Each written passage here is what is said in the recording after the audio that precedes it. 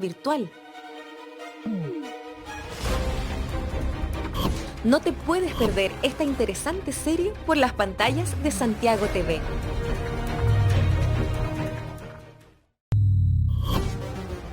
The problem with having only one story of a place or a person, a single story, is that it makes it impossible to fully understand that place or that person.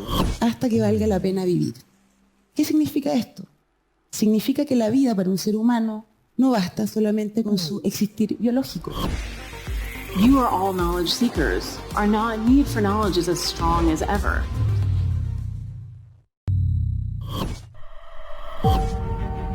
Salvador Allende tiene clara conciencia de que Chile está dentro de la órbita de Estados Unidos. Nunca hemos tenido una auténtica democracia. La historia del pueblo mapuche, sobre todo, ¿qué imagen hemos construido de ellos? Un mundo que cambia. Bueno, no fue un fin de semana fácil, aluviones en las zonas cordilleranas, más de 36.000 clientes sin suministro eléctrico, cerca de 200 personas damnificadas, más de 500 en albergues, es el saldo hasta el momento del sistema frontal que afecta a la zona central de nuestro país desde el viernes. En tanto, un inminente corte masivo de agua de 38 comunas de la capital podría ser anunciado esta tarde, aún no se sabe, por lo menos en la mañana el ministro de Obras Públicas anunciaba que se había podido retomar la producción de agua potable en estas piscinas que tiene instalada Aguas Andinas, pero eso se iba a reevaluar durante esta jornada. Para conversar sobre esta lluvia, sobre lo que sucedió este fin de semana, estamos con el climatólogo, experto en cambio climático y profesor de nuestra Universidad de la USACH, Raúl Cordero. ¿Cómo le va, Raúl? Bienvenido. Hola, ¿qué tal? ¿Cómo están? Muy bien. Bueno, Raúl, los que tenemos más de 45 años sabemos que en los veranos ocurría esto, que llovía de vez en cuando en los veranos, pero con esta intensidad para nosotros ha sido muy, muy llamativo. ¿Cómo lo observa usted, Raúl? Bueno, sí, en efecto se trata de un evento extremo, lo que cayó sobre todo el día de viernes a sábado en 24 horas, que fue más de 32 milímetros, es las precipitaciones más altas jamás registradas en más de un siglo de registros en Santiago. Nunca se habían registrado en Santiago ese nivel de precipitaciones, así que en efecto estamos hablando de un evento extremo que desafortunadamente podría comenzar a presentarse cada vez con mayor frecuencia como consecuencia del calentamiento global. Ah, ya, esto es consecuencia del calentamiento global.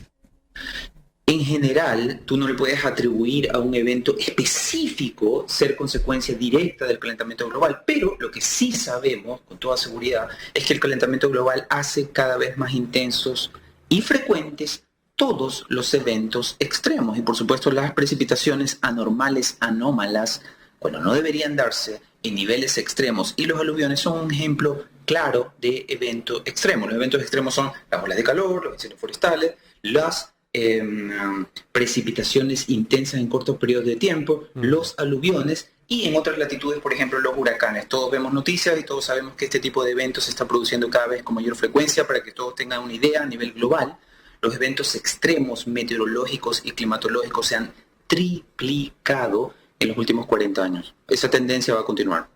¿Va a continuar aumentando? O sea, ¿se puede quintuplicar todo esto que estamos viendo? Bueno, si en los últimos 40 años se triplicaron los eventos extremos, es razonable pensar que esa es una base en los próximos 40 años, de aquí a mediados de siglo, probablemente en el mejor de los casos, la frecuencia e intensidad de eventos extremos en todo el mundo se va a triplicar otra vez, en el mejor de los casos. Y esa tendencia mala en el aumento en intensidad y frecuencia de los eventos extremos solamente va a detenerse una vez que logremos detener el calentamiento global, cosa que por supuesto va a requerir un enorme esfuerzo y tiempo. Sí, no, es que eso iba a preguntar, si era realmente posible revertir el fenómeno, o uno puede detener su crecimiento. Sí, tú das en clavo, esas son las dos alternativas que tenemos. Es decir, ¿se puede revertir? La respuesta es no, no se puede revertir en ningún futuro predecible asociado a los tiempos en los que los humanos vivimos. Es decir, el clima que teníamos en la década de los 80, cuando ustedes dos y cuando yo, cuando éramos pequeños, ese clima que nosotros vivimos, con el que crecimos, ese no va a volver. Nosotros no lo vamos a ver y nuestros hijos Tampoco. Es posible que más allá de en el próximo siglo algo podamos hacer para volver atrás, pero lo que sí podemos hacer y lo que nosotros tres deberíamos incluso alcanzar a ver antes de abandonar este planeta es cómo detenemos el empeoramiento de los índices. Así como los eventos extremos están creciendo y son cada vez más intensos y frecuentes, eventualmente deberíamos llegar a una meseta, deberíamos aplanar esa curva con la que crecen las frecuencias de los eventos extremos. Eso es algo que sí podemos hacer, no de aquí a mañana, pero sí en pocas décadas, si es que cumplimos nuestros compromisos con el planeta. Básicamente cumplimos el Acuerdo de París. Estamos conversando con el climatólogo y académico de la Universidad de Santiago, Raúl Cordero, sobre este evento que vivimos el fin de semana. Este evento tiene un nombre, yo lo escuchaba a algunos meteorólogos, algo de chorro, una corriente de chorro, no sé cómo se denominaba. ¿Y dónde se forma esto? ¿En qué parte de nuestro planeta empieza a formarse este nivel de nubosidad y lluvias?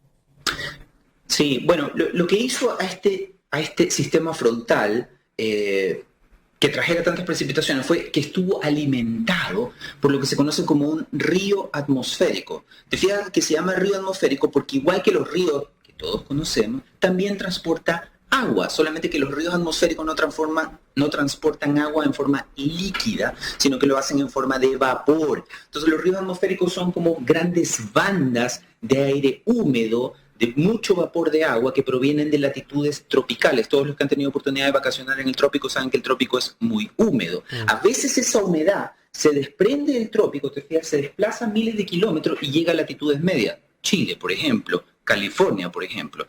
Cuando eso sucede, ese vapor de agua choca con las montañas y ese choque hace que gane altura, se condensa el vapor de agua. Ya no es vapor, es líquido.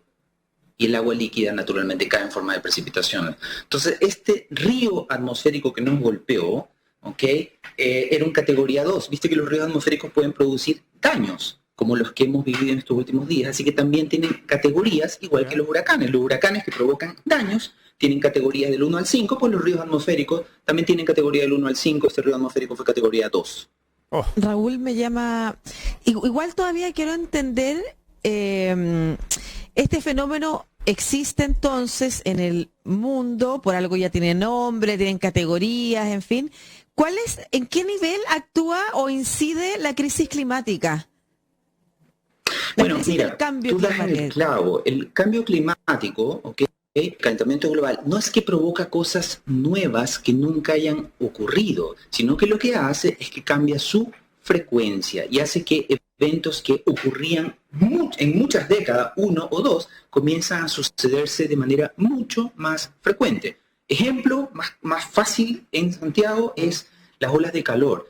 El año pasado, el año que cerró, fue el año más cálido jamás registrado en la zona central. Tuvimos un récord extraordinario en Santiago de 16 olas de calor. En la década de los 80 teníamos 2 olas de calor. Es decir, en 4 décadas en Santiago se multiplicaron por 8 el número de olas de calor. ¿Te fijas? No es que nunca teníamos olas de calor. El problema es que ahora las tenemos de manera extraordinariamente frecuente. Lo mismo pasa con estas lluvias extraordinarias de enero. La última vez que tuvimos precipitaciones comparables a esta fue en 1933.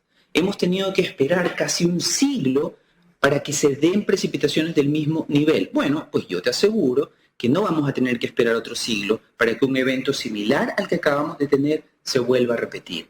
Ese es el calentamiento global, ese es el cambio climático. No es que produce cosas nuevas, sino que lo que antes era raro, extraordinariamente inusual, comienza a no serlo. En la estación central de Radio USACH estamos conversando con el climatólogo y experto en cambio climático, académico de la USACH, Raúl Cordero. ¿Esto podría indicar que vamos a tener un año lluvioso, profesor? Necesariamente. En realidad no indica absolutamente nada sobre el futuro. Ya. Sí, claro. O sea, la sequía podría mantenerse. Colegas de ustedes me hicieron esa pregunta recién, entonces me decía, bueno, ¿esto podría ayudar a la sequía? En realidad no. Yo sé que todos tenemos la impresión de que cayó prácticamente un diluvio, pero en realidad lo que cayeron fueron 40 milímetros en enero. Es un récord para enero. Y produjo muchos daños porque se produjo en una época en la que no tienen que caer 40 milímetros. Pero las precipitaciones en Santiago son más de 300 milímetros. En invierno tienen que caer 200 milímetros. En el último junio junio del 2020, un año que terminó con 50% de déficit de precipitaciones, en junio cayeron casi 200 milímetros. Entonces, claro, tenemos la impresión de que acaba de caer un diluvio, pero el problema no es ese, el problema es, lluvia que tenía que caer en junio, pues no cae en junio, cae en enero y causa aluviones. Si estas mismas precipitaciones, 30 milímetros que cayeron el viernes, hubieran caído en invierno, no hubiera pasado absolutamente nada. ¿Por qué? Porque buena parte de esas precipitaciones hubiesen caído en forma de nieve y no hubieran provocado, por lo tanto, aluviones. Es súper simple. Sí, estaba pensando en esta como extrema forma que adoptan los fenómenos climáticos y primero una pregunta corta, digamos, es si finalmente nos vamos a transformar en un clima de 2 estaciones. O sea, vamos a tener invierno y verano altamente, y esos periodos como de transición que eran largos y eran estaciones completas, eran 3 meses, van a desaparecer o desdibujarse. Y la pregunta te la hago porque hay otra que es más relevante y que tiene que ver con nuestra adaptabilidad a este nuevo clima. Y en qué debiéramos invertir, porque la semana pasada escuchaba a un experto también en temas climatológicos y cambio climático en una conferencia en la que decía nos hemos esforzado mucho en tratar de mermar los efectos de la crisis climática y menos en detener el avance del cambio climático. Entonces, nosotros debiéramos esforzarnos más y gastar recursos, considerando todos los debes y la escasez de recursos que tenemos como país en desarrollo, ¿no es cierto?, en adaptarnos a estas emergencias que van a generar estos fenómenos, o porque ahí se viene una pelea económica y de modelo de desarrollo importante, o cambiar nuestro modelo de desarrollo, entre otras cosas, cambiar también cómo nosotros realizamos nuestra actividad productiva para frenar efectivamente en los cambios climáticos. ¿Dónde tenemos que invertir más? Sí, ya, primero, la primera cosa que tú decías estaba relacionado con las estaciones, ¿verdad? Bueno, no es que las estaciones se van a desdibujar, es que ya lo hicieron. Te fijas, llevamos al menos 40 años de cambio climático importante en Chile, fácilmente detectable, lo puedes ver en todas las estadísticas, en el mundo son casi 7 décadas de cambio climático, detectable. Por ejemplo, que tú tengas una idea, el verano, ¿okay?, que tú puedes caracterizar en función de una cierta temperatura, iba desde diciembre hasta febrero. Ese era el periodo en el que se daban ciertos niveles de temperatura que hoy ya no comienzan esos niveles de temperaturas máximas a ocurrir en diciembre. No, comienzan en la tercera semana de noviembre. Es decir, el verano por ese lado se alargó una semana. Una semana uno dice, bueno, no es tanto una semana. El problema es que para el otro lado, las temperaturas altas que antes eran verano, ya no terminan en febrero, a fines de febrero, sino que terminan a fines de marzo. Por ese otro costado, el verano se alargó en términos de temperatura solamente 3 semanas. ¿Qué significa eso? Que el verano en Santiago ya no dura, en la zona central, 3 meses, sino que dura al menos 4 meses en términos de temperatura, y esa temperatura alta lo que hace es básicamente exacerbar la sequía. Recuerden, la sequía no solamente depende de la falta de precipitaciones, sino que también depende de la evapotranspiración del suelo. Altas temperaturas secan el suelo y exacerban la sequía, primera cosa. Segunda cosa que tú mencionabas es una tensión clave que hay entre adaptación o mitigación. ¿Qué hago? ¿Gasto más plata en mitigación, atacar las causas del cambio climático, o gasto más plata en adaptarme a los cambios que ya no puedo evitar? La respuesta es las que siempre hay que tener. Hay que ser equilibrado. Es decir, no se puede solo invertir en mitigación, pero no se puede, es una fantasía pensar que solamente se debe gastar en adaptación, porque no hay manera, no hay presupuesto que aguante adaptarse a los cambios que estamos experimentando. Un ejemplo, los incendios forestales en California. California es el estado más rico del país más rico. Tiene un presupuesto infinito para combate de incendios forestales y ha sido imposible para ellos controlar el crecimiento año tras año del área quemada. Lo mismo nos está pasando a nosotros con nuestros incendios forestales. Otro ejemplo, hace unos años, cuando hubo un corte debido a la turbiedad del agua, debido a unas lluvias anormales también en el verano, en Santiago se decidió construir estas enormes piscinas, que gracias a eso tenemos agua hoy en Santiago, ¿ok? Pero es posible que, a pesar de que se hizo una enorme inversión para tener esas piscinas y tener autonomía en casos de eventos como este de 36 horas, es posible que igual nos quedemos sin agua. ¿Te fijas?